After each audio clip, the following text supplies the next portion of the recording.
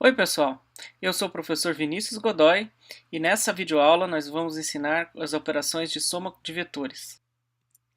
E quais operações são essas? Bom, a gente vai descobrir que as operações de soma e subtração vetorial permitem que a gente faça uma série de coisas nos jogos.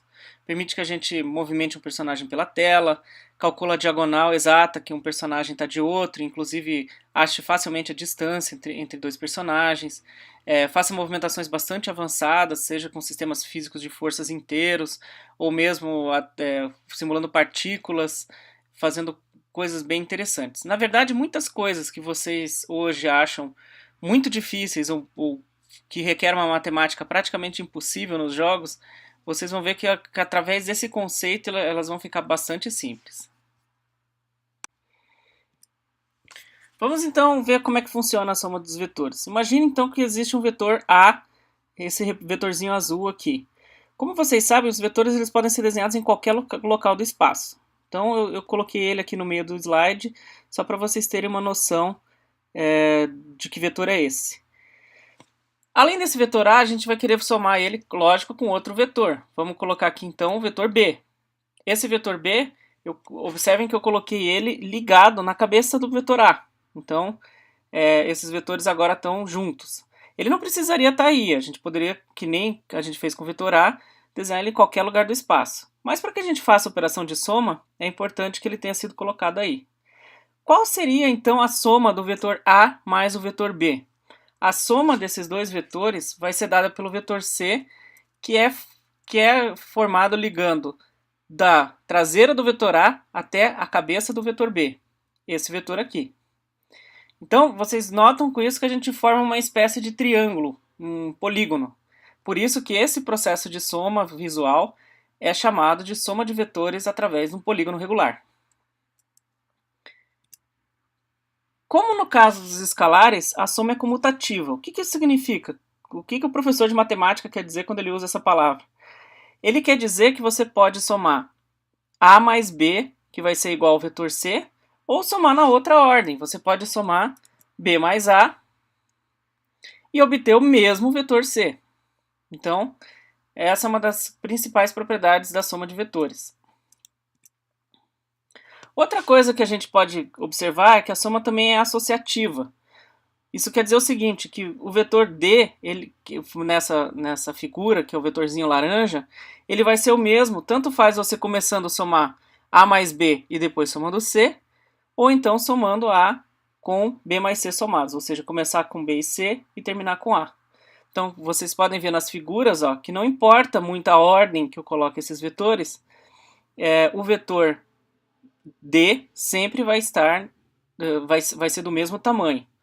Então, lembrem-se que não importa muito a posição em que esse vetor é desenhado. O que importa é que esses vetores são com o mesmo tamanho, mesmo sentido e mesma direção. Bom, claro que fazer desenho é muito legal, mas muitas vezes a gente quer calcular valores numéricos para os vetores. Então vamos explicar como funciona o processo de audição algébrica, ou seja, a audição envolvendo os números dentro dos vetores. Como a gente viu na aula sobre definição de vetores, os vetores eles são formados por pares, trios ou valores ordenados. Por exemplo, o vetor U ele vai ter dentro dele uns valorzinhos para coordenada x, y, z e a mesma coisa o vetor V. Vai ter lá também valores para coordenadas x, y e z deles. Tá? Aqui, nesse caso, a gente está chamando as coordenadas do vetor U de x1, y1 e z1 e as do vetor 2 de x2, y2 e z2. A soma, então, dos vetores vai ser dada pela soma de cada coordenada dessa em ordem. Então, a soma do vetor U mais V vai ser o x1 de U mais o x2 de V, e a segunda coordenada y1 de U mais y2 de V, e a terceira coordenada z1 de U mais z2 de V. Então, como vocês podem ver, basta somar coordenada a coordenada os dois vetores. Bom, se vocês quiserem ver isso na prática, a gente pode desenhar. Então veja, vamos pegar um vetor U qualquer, nesse caso o vetor 1,2. Vocês podem ver aqui no gráfico que ele se desloca 1 em x e 2 em y. Então ele tem esse desenho aqui. Vamos somar ele com o segundo vetor, o vetor V, que ele tem tamanho 4,1. Percebam que eu coloquei o vetor V iniciando no mesmo ponto do vetor U, porque aqui a gente está interessado em demonstrar uma soma algébrica, então eu estou colocando ali como se fosse a posição 0, 0 desse sistema, tá? Não precisaria de novo ser desenhado assim, mas para o que a gente quer demonstrar é importante. Então como é que eu vou fazer essa soma? Bom, como a gente viu lá atrás, o vetor R vai ser formado por 1 mais 4, ou seja, 1 que é x de U, mais 4 que é x de V, e 2 mais 1, que é o y de U, mais 1, que é o y de V. Isso dá o vetor 5,3, que é esse vetor que vai ser desenhado agora.